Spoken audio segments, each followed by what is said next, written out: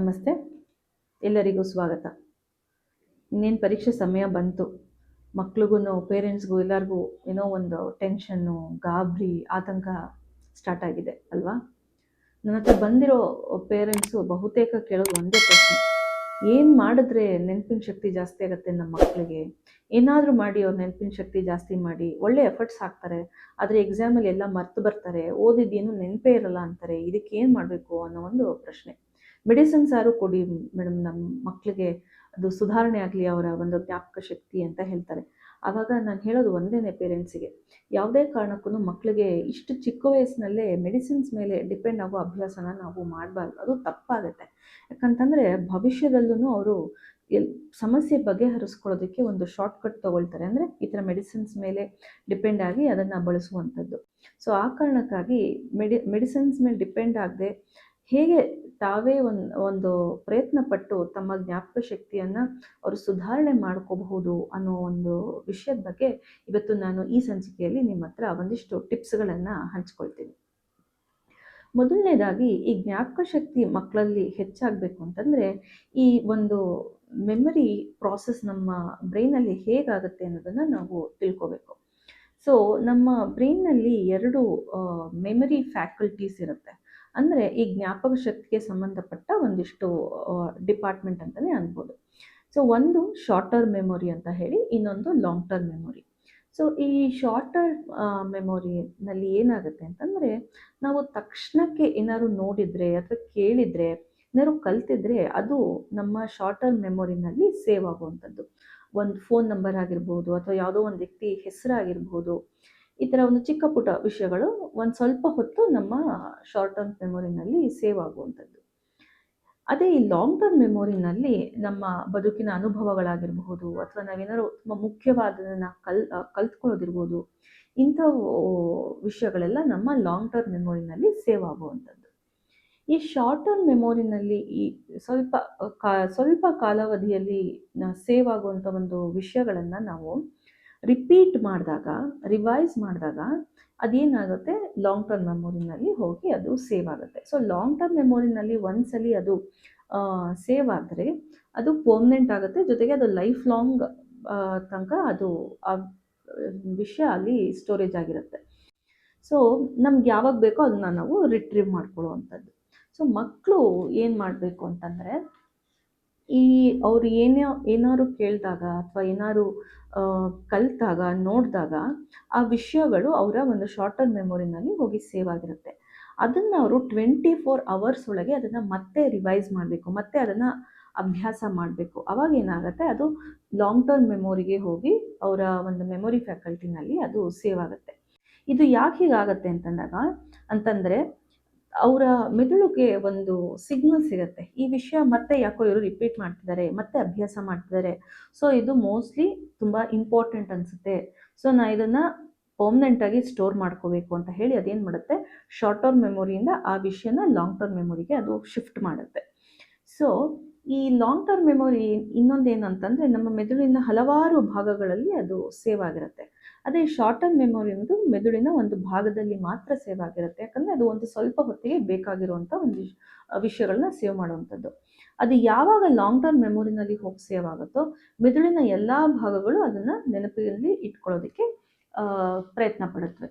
So ಆ ಕಾರಣಕ್ಕಾಗಿ ಒಂದು 24 hours ಒಳಗೆ ಮಕ್ಕಳು ಬೆಳಗ್ಗೆ ಸ್ಕೂಲ್ಗೆ ಹೋದಾಗ ಟೀಚರ್ಸ್ ಏನು ಹೇಳ್ಕೊಟ್ಟಿರ್ತಾರೆ, ಅಥವಾ ಸಾಯಂಕಾಲ ಟ್ಯೂಷನ್ಗೆ ಹೋದಾಗ ಅಲ್ಲಿ ಏನು ಹೇಳ್ಕೊಟ್ಟಿರ್ತಾರೆ, ಅದನ್ನು 24 hours ಒಳಗೆ ಮತ್ತೆ ಅವರು ಅದನ್ನು ರಿವೈಸ್ ಮಾಡಿ ಅಭ್ಯಾಸ ಮಾಡುವಂಥದ್ದು. ಎಕ್ಸಾಮ್ ಬರಲಿ, ಅದರ ಹಿಂದಿನ ದಿವಸ ಕೂತ್ಕೊಂಡು ಓದ್ತೀನಿ ಅಂತ ಅಂದರೆ, ಯಾವತ್ತೋ ಹೇಳ್ಕೊಟ್ಟಿದ್ದನ್ನು ಅವ್ರು ಎಕ್ಸಾಮ್ ಹಿಂದೆ ಕೂತ್ಕೊಂಡು ಹೋದಾಗ ಅದನ್ನು ಮತ್ತೆ ರಿಟ್ರೀವ್ ಅಂದರೆ ಅದನ್ನು ರಿಕಾಲ್ ಮಾಡೋದಕ್ಕೂ ಅವ್ರಿಗೆ ಕಷ್ಟ ಆಗುತ್ತೆ. ಎಕ್ಸಾಮ್ ಹಿಂದಿನ ದಿವಸ ಎಲ್ಲನೂ ಕೂತ್ಕೊಂಡು ಓದಿ ಅದನ್ನು ನೆನಪಲ್ಲಿ ಇಟ್ಕೊಳ್ಳೋದಕ್ಕೂ ಮಕ್ಕಳಿಗೆ ಕಷ್ಟ ಆಗುತ್ತೆ. ಸೊ ಆ ಕಾರಣಕ್ಕೆ ಅವತ್ತನ್ನು 24 hours ಒಳಗೆ ಅವರು ಅದನ್ನು ರಿವೈಸ್ ಮಾಡೋದು ತುಂಬ ಮುಖ್ಯ ಆಗುತ್ತೆ. ಮತ್ತು ಇನ್ನೊಂದು ಏನಪ್ಪ ಅಂತಂದರೆ, ನೀವು ಸಾಧಾರಣವಾಗಿ ಈ ಕಥೆಗಳನ್ನು ಕೇಳಿದಾಗ ಅಥವಾ ಮೂವೀಸನ್ನ ನೋಡಿದಾಗ ಏನಾಗುತ್ತೆ ಅಂತಂದರೆ, ಅಲ್ಲಿ ಬರೋವಂಥ ಒಂದು ವಿಷಯಗಳನ್ನು ಮರೀದೇ ನೆನ್ಪಿಟ್ಕೊಳ್ತೀರಾ ಅಲ್ವಾ? ಮಕ್ಕಳಂತೂ ನೀವು 5 ವರ್ಷ ಆದಮೇಲೆ ಅವ್ರು ಕೇಳಿರೋ ಕತೆ, ಯಾವುದಾದ್ರು ಒಂದು ಸಿನಿಮಾ ಬಗ್ಗೆ ಕೇಳಿದ್ರೆ ಥಟ್ ಅಂತ 5 ಅಲ್ಲ 10 ವರ್ಷ ಆದಮೇಲೂ ಹೇಳ್ತಾರೆ. ಆವಾಗ ಅವ್ರ ಜ್ಞಾಪಕ ಶಕ್ತಿ ಕಡಿಮೆ ಆಗಿರಲ್ವಾ ಹಾಗಾದರೆ ಅಲ್ವಾ? ಸೊ ಇವಾಗ ಓದೋದಕ್ಕೂ ಇದನ್ನು ನಾವು ಅಪ್ಲೈ ಮಾಡಬೇಕು. ಸಿನಿಮಾಗಳಲ್ಲಿ ವಿಜುವಲ್ಸ್ ಇರೋದ್ರಿಂದ, ಕಲರ್ಸ್ ಇರೋದ್ರಿಂದ ಅಲ್ಲಿ ಏನಾಗುತ್ತೆ ಅಂತಂದರೆ ಮೆದುಳಿಗೆ ಅದನ್ನ ನೆನಪಲ್ಲಿ ಇಟ್ಕೊಳ್ಳೋದಕ್ಕೆ ಅವ್ರಿಗೆ ಸುಲಭ ಆಗುತ್ತೆ. ಜೊತೆಗೆ ಒಂದು ಕತೆ ರೂಪದಲ್ಲಿ ಅಲ್ಲಿ ತೋರಿಸ್ತಿರೋದ್ರಿಂದ ಮಕ್ಕಳು ಆ ಒಂದು ಸಿನಿಮಾ ಆಗಲಿ ಕತೆಗಳ ಜೊತೆ ಆಗಲಿ ಚೆನ್ನಾಗಿ ಕನೆಕ್ಟ್ ಆಗ್ತಾರೆ. ಸೊ ಓದೋದ್ರಲ್ಲೂ ನಾವು ಇದನ್ನು ಅನ್ವಯಿಸಬೇಕು. ಅವ್ರು ಏನೇ ಒಂದು ಕಲಿತಾ ಇದ್ರೂ ಅದು ಟೆಕ್ಸ್ಟ್ ಫಾರ್ಮಲ್ಲಿರುತ್ತೆ. ಅದು ಟೆಕ್ಸ್ಟ್ ಬುಕ್ ಆಗಿರ್ಬೋದು ಅಥವಾ ಅವ್ರು ಬರೆದಿರುವಂಥ ಒಂದು ನೋಟ್ ಬುಕ್ ಆಗಿರ್ಬೋದು. ಸೊ ಆ ಟೆಕ್ಸ್ಟ್ ಜೊತೆಗೆ ಅವರು ಅದಕ್ಕೆ ಸಂಬಂಧಪಟ್ಟ ಒಂದಿಷ್ಟು ಚಿತ್ರಗಳು ಅಥವಾ ಪಿಕ್ಚರ್ಸು ಅಥವಾ ವಿಜುವಲ್ಸು ಅಥವಾ ಕತೆಗಳು, ಫ್ರೇಸಸ್ಸು ಈ ಥರ ಏನೇ ಇದ್ರೂ ಅದ್ರ ಮೂಲಕ ಅದನ್ನು ಕಲ್ತ್ಕೊಂಡು ನೆನಪಲ್ಲಿ ಇಟ್ಕೊಳ್ಳೋದಕ್ಕೆ ಪ್ರಯತ್ನ ಪಡಬೇಕು. ಸೊ ಇವಾಗಂತೂ ಯೂಟ್ಯೂಬಲ್ಲಿ ಸುಮಾರು ಎಲ್ಲ ಸಬ್ಜೆಕ್ಟ್ಸ್, ಮ್ಯಾಥ್ಸು, ಸೈನ್ಸು, ಲ್ಯಾಂಗ್ವೇಜಸ್ಸು ಎಲ್ಲ ವಿಷಯಗಳಿಗೆ ಸಂಬಂಧಪಟ್ಟ ವಿಡಿಯೋಗಳು ಬರ್ತಾನೆ ಇರುತ್ತೆ. ಸೊ ಯಾವುದವ್ರಿಗೆ ತುಂಬ ಕಷ್ಟ ಅನಿಸುತ್ತೋ ಅಂಥ ವಿಷಯಗಳು, ಕಾನ್ಸೆಪ್ಟ್ಸನ್ನು ಆ ವಿಡಿಯೋಗಳ ಮೂಲಕ, ಆ ಒಂದು ವಿಜುವಲ್ಸ್ ಮೂಲಕ ಅವರು ಅದನ್ನು ಕಲ್ತ್ಕೊಂಡಾಗ ಅದು ಅವರ ನೆನಪಿನಲ್ಲಿ ಇರೋದಕ್ಕೆ ಸುಲಭ ಆಗುತ್ತೆ. ಜೊತೆಗೆ ಆದಷ್ಟು ಪ್ರಾಕ್ಟಿಕಲ್ಲಾಗಿ ಮಕ್ಕಳು ಅದನ್ನು ಕಲಿಬೇಕು. ಬರೀ ಅದನ್ನು ಓದೋದು ಅಥವಾ ಬರೆಯೋದು, ಅದನ್ನು ನೆನಪಲ್ಲಿ ಇಟ್ಕೊಳ್ಳೋದಕ್ಕೆ ಪ್ರಯತ್ನ ಪಡೋಕ್ಕಿಂತ ಅದನ್ನು ಅವ್ರೇನು ಮಾಡಬೇಕು ಅಂತಂದರೆ ಪ್ರಾಕ್ಟಿಕಲ್ಲಾಗಿ ಎಕ್ಸ್ಪರಿಮೆಂಟ್ ಮಾಡಿ ನೋಡಿ ನಂತರ ಅದನ್ನು ಅವರು ಪ್ರಯತ್ನ ಮಾಡಿ ನೆನಪಲ್ಲಿ ಇಟ್ಕೊಳ್ಳೋದಕ್ಕೆ ಪ್ರಯತ್ನ ಪಡಬೇಕು. ಈ ಥರ ಮಾಡಿದಾಗ ಏನಾಗುತ್ತೆ, ಖಂಡಿತವಾಗ್ಲೂ ಅವರು ಮರೆಯೋದಕ್ಕೆ ಸಾಧ್ಯ ಆಗೋದಿಲ್ಲ.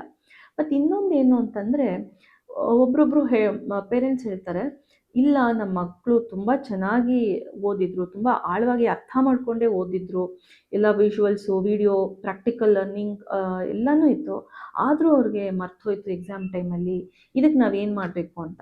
ಇದಕ್ಕೇನಪ್ಪ ಕಾರಣ ಅಂತಂದರೆ, ಈ ಪರೀಕ್ಷೆ ಬಗ್ಗೆ ಯೋಚನೆ ಮಾಡಿಕೊಂಡು ಅಥವಾ ಫಲಿತಾಂಶದ ಬಗ್ಗೆ ಯೋಚನೆ ಮಾಡಿಕೊಂಡು ಯಾವ ಮಕ್ಕಳು ಓದ್ತಾರೋ ಅಂಥ ಮಕ್ಕಳಿಗೆ ಆತಂಕ, ಗಾಬರಿ ಸ್ಟಾರ್ಟ್ ಆಗಿರುತ್ತೆ. ಅಂದರೆ ಫಲಿತಾಂಶ ಹೇಗೆ ಬರುತ್ತೋ ಏನೋ, ಪರೀಕ್ಷೆಯಲ್ಲಿ ಯಾವ ಥರ ಪ್ರಶ್ನೆ ಕೇಳ್ತಾರೋ ಏನೋ, ನನಗೆ ಕಡಿಮೆ ಮಾರ್ಕ್ಸ್ ಬಂದುಬಿಟ್ರೆ ಪೇರೆಂಟ್ಸ್ ಏನಂತಾರೋ, ನನ್ನ ಫ್ರೆಂಡ್ಸ್ ಏನಂತಾರೋ, ಅಥವಾ ನನ್ನ ಫ್ರೆಂಡ್ಸಿಗೆ ಜಾಸ್ತಿ ಬಂದುಬಿಟ್ರೆ, ಈ ಥರ ಯೋಚನೆ ಮಾಡಿಕೊಂಡು ಅವರು ಓದ್ತಾ ಇರ್ತಾರೆ. ಸೊ ಇಂಥ ಒಂದು ಯೋಚನೆಗಳು ಬ್ಯಾಕ್ಗ್ರೌಂಡಲ್ಲಿ ಇದ್ದಾಗ ಅವರ ಗಮನ ಮತ್ತು ಒಂದು ಏಕಾಗ್ರತೆ ಓದಿನ ಮೇಲೆ ಕಡಿಮೆ ಆಗುತ್ತೆ ಅಲ್ವಾ. ಸೊ ಆ ಥರ ಟೈಮಲ್ಲಿ ಏನಾಗುತ್ತೆ, ಅವರ ಒಂದು ಗಮನ ಹಂಚಿ ಹೋಗ್ಬಿಡುತ್ತೆ. ಈ ಕಡೆ ಪರೀಕ್ಷೆ, ಈ ಕಡೆ ಫಲಿತಾಂಶ, ಈ ಕಡೆ ಕಲಿಕೆ, ಮೂರು ಕಡೆನೂ ಅವರು ಸಮವಾಗಿ ಕಾನ್ಸಂಟ್ರೇಷನ್ ಕೊಟ್ಟು ಓದಬೇಕಾಗಿರುತ್ತೆ. ಬಟ್ ಇಂಥ ಸಂದರ್ಭದಲ್ಲಿ ಯಾವ ಮಕ್ಕಳು ಅತಿಯಾಗಿ ಪರೀಕ್ಷೆ ಬಗ್ಗೆ ಯೋಚನೆ ಮಾಡಿಕೊಂಡು ಓದ್ತಾರೋ ಅಂಥ ಮಕ್ಕಳಿಗೆ ಆ್ಯಂಗ್ಸೈಟಿ ಆಗಿಬಿಡುತ್ತೆ, ಅಂದರೆ ಆತಂಕ ಆಗಿಬಿಡುತ್ತೆ. ಹೇಗಾಗುತ್ತೋ ಏನೋ ಅಂತ, ಹೇಗೆ ಬರಿತೀನೋ, ಪರೀಕ್ಷೆ ಹೇಗಿರುತ್ತೋ ಅಂತ. ಸೊ ಅಂಥ ಸಂದರ್ಭದಲ್ಲಿ ಏನಾಗುತ್ತೆ, ಬ್ಲ್ಯಾಂಕ್ ಔಟ್ ಆಗಿಬಿಡ್ತಾರೆ. ಅಂದರೆ ಅಲ್ಲಿ ಪರೀಕ್ಷೆ ಹಾಲಲ್ಲಿ ಹೋಗಿ ಕೂತ್ಕೊಂಡಾಗ ಬ್ಲ್ಯಾಂಕ್ ಆಗಿ ಹೋಗ್ತಾರೆ, ಏನೂ ನೆನಪು ಬರ್ತಿರಲ್ಲ. ಯಾಕಂದರೆ ಬ್ಯಾಕ್ಗ್ರೌಂಡಲ್ಲಿ ಅಷ್ಟು ಸ್ಟ್ರೆಸ್ಸು, ಅಷ್ಟು ಆ್ಯಂಗ್ಸೈಟಿ, ಟೆನ್ಷನ್ನು ಎಲ್ಲ ಇರುತ್ತೆ. ಆ ಒಂದು ಪ್ರಿಪ್ರೇಷನ್ ಟೈಮಿಂದನೇ ಅದು ಬಂದಿರೋದ್ರಿಂದ ಏನಾಗುತ್ತೆ, ಕೊನೆ ಗಳಿಗೆಯಲ್ಲಿ ಅವರ ನೆನಪಿನ ಶಕ್ತಿ ಆಗಲಿ, ಅವ್ರ ಸಾಮರ್ಥ್ಯ ಆಗಲಿ ಕೈ ಕೊಡುತ್ತೆ. ಸೊ ಆ ಕಾರಣಕ್ಕೆ ಮಕ್ಕಳು ಓದೋವಾಗ ಪೇರೆಂಟ್ಸು ಆದಷ್ಟು ಎಕ್ಸಾಮ್ ಅಂತ ಹೇಳಿ ಅವರನ್ನು ಭಯಪಡಿಸ್ದೇನೆ, ಸ್ಟ್ರೆಸ್ ಆಗ್ದೇನೆ, ಅಥವಾ ಮಕ್ಕಳೇ ಸೆಲ್ಫ್ ಎಕ್ಸ್ಪೆಕ್ಟೇಷನ್ ಇಟ್ಕೊಂಡು ರಿಸಲ್ಟ್ಸ್ ಬಗ್ಗೆ, ಎಕ್ಸಾಮ್ ಬಗ್ಗೆ ಜಾಸ್ತಿ ಯೋಚನೆ ಮಾಡಿ ಓದ್ತಾ ಇದ್ದರೆ ಅದನ್ನು ನಾವು ತಪ್ಪಿಸ್ಬೇಕು.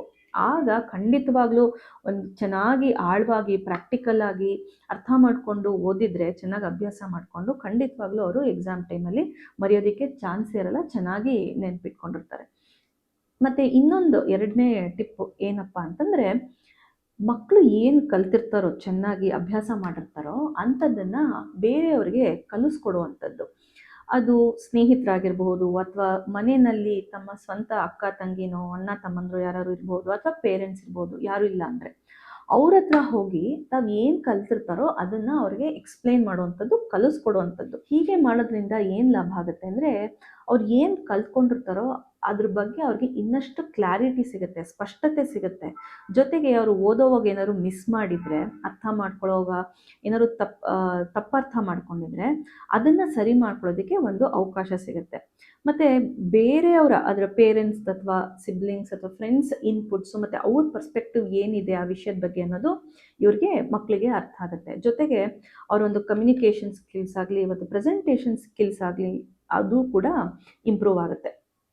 ಮತ್ತು ಅವರ ಸೆಲ್ಫ್ ಕಾನ್ಫಿಡೆನ್ಸನ್ನು ಹೆಚ್ಚಾಗ್ತಾ ಹೋಗುತ್ತೆ. ಸೊ ಆ ಕಾರಣಕ್ಕಾಗಿ ಅವ್ರು ಏನೇ ಕಲ್ತಿದ್ರು ಎಸ್ಪೆಷಲಿ ತುಂಬ ಕಷ್ಟ, ತುಂಬ ಕಾಂಪ್ಲೆಕ್ಸ್ ಕಾನ್ಸೆಪ್ಟ್ಸು ಅಂತ ಏನು ಅನಿಸುತ್ತೋ ಅಂಥ ವಿಷಯಗಳನ್ನು ಇನ್ನೊಬ್ಬರ ಹತ್ರ ಹೋಗಿ ಪ್ರಾಕ್ಟಿಕಲ್ಲಾಗಿ ಅವರಿಗೆ ಹೇಳ್ಕೊಡುವಂಥದ್ದು. ಈ ಥರ ಮಾಡೋದ್ರಿಂದ ನೆನಪಿನ ಶಕ್ತಿ ತುಂಬಾ ಚೆನ್ನಾಗಿರುತ್ತೆ. ಯಾಕಂದರೆ ವಿಷಯದ ಬಗ್ಗೆ ಅವ್ರಿಗೆ ಅಷ್ಟು ಕ್ಲಾರಿಟೀಸ್ ಇರುತ್ತೆ ಮತ್ತು ಆಳವಾಗಿ ಅದು ಅವರ ಮನಸ್ಸಿನಲ್ಲಿ ಬೇರೂರ್ಬಿಡುತ್ತೆ.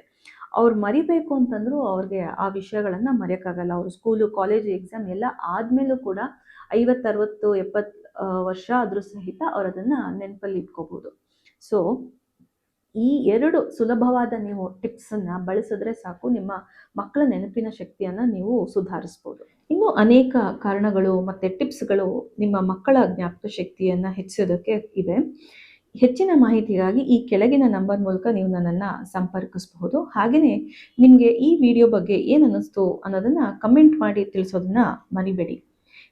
ನಾನು ಶೇರ್ ಮಾಡ್ಕೊಂಡಿರುವಂಥ ಟಿಪ್ಸ್ಗಳನ್ನು ಬಳಸಿದ್ರೆ ಖಂಡಿತವಾಗ್ಲೂ ನಿಮ್ಮ ಮಕ್ಕಳು ನೆನಪಿಟ್ಕೊಂಡು ಪರೀಕ್ಷೆಯನ್ನು ಚೆನ್ನಾಗಿ ಮಾಡ್ತಾರೆ ಅನ್ನೋ ಒಂದು ಆಶ್ವಾಸನೆಯನ್ನು ನಿಮಗೆ ನಾನು ಇವತ್ತು ನೀಡ್ತಾ ಈ ಒಂದು ಸಂಚಿಕೆಯನ್ನು ಮುಗಿಸ್ತಾ ಇದ್ದೀನಿ. ಧನ್ಯವಾದಗಳು.